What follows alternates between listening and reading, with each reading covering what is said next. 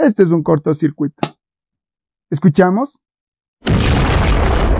Hoy veremos cortocircuitos al armar un circuito eléctrico. Muchas de las personas tienen miedo a armar un circuito eléctrico por el temor de realizar un cortocircuito, puesto que no saben cómo este se produce o qué podría llegar a ser. Lo que sí saben es los defectos que produce. Tomemos en cuenta, un cortocircuito eléctrico podría llegar a dañar elementos más costosos, más caros, o inclusive llegarnos a nosotros a tener una descarga de voltaje o llegar a incendiar nuestro carro, nuestra casa, dependiendo de donde nosotros realicemos nuestra instalación. Recuerda que para producir un cortocircuito, chocamos fase y neutro directamente. Ya lo escuchamos otra vez.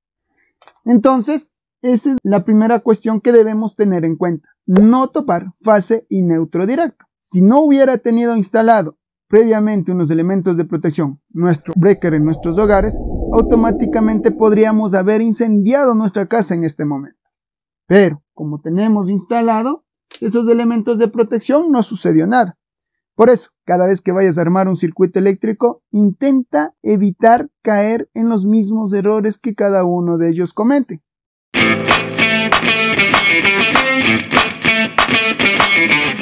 Cuando nosotros habíamos estudiado y hemos aprendido es que nosotros tenemos un circuito básico al unir simplemente elementos pasivos y activos, entre ellos el elemento receptor, los conductores eléctricos y la fuente de alimentación.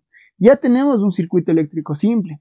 Este circuito eléctrico básico no nos permite controlar a este circuito eléctrico directamente, sino tenemos que desconectar. Al topar, se enciende, se cierra nuestro circuito y al desconectar, se abre nuestro circuito. Es decir, ya no hay paso de la corriente eléctrica. Pero mientras hacemos esto, corremos el riesgo de producir un corto. Nuevamente.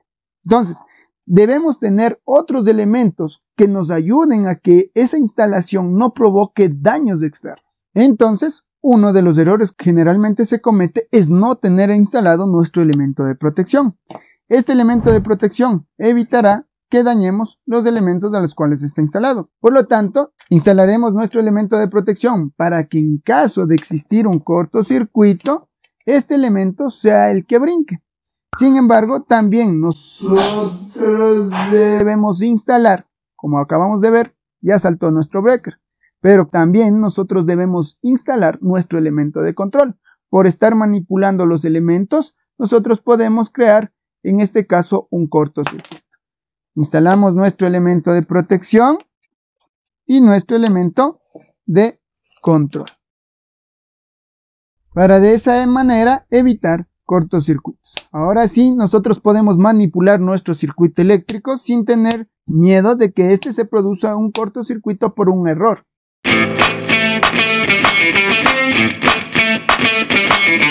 Otra de los errores que se comete es instalar nuestro circuito eléctrico sin haber desconectado nuestra fuente de alimentación, es decir, sin tener abierto nuestro circuito eléctrico.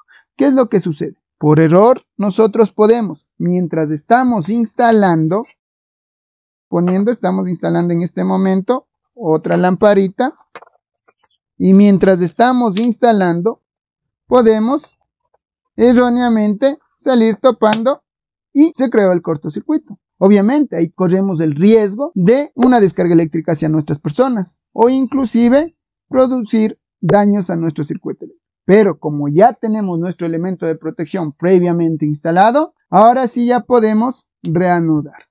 En este momento, como habíamos indicado, el peor error es hacerlo mientras está un circuito eléctrico cerrado. Por lo tanto, es necesario abrir nuestro circuito eléctrico, es decir, que no exista corriente eléctrica o paso de la corriente eléctrica para poder manipular nuestro circuito eléctrico. Abrimos a través de nuestro elemento de control. Si es posible o necesario, es mejor desactivar desde nuestra fuente de alimentación. Sin embargo, una vez ya abierto, podemos instalar.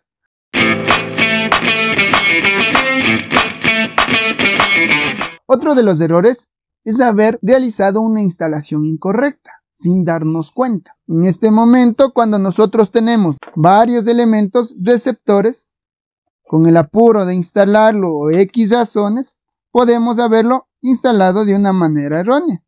De tal manera que al rato que cerremos nuestro circuito eléctrico, produzcamos un cortocircuito.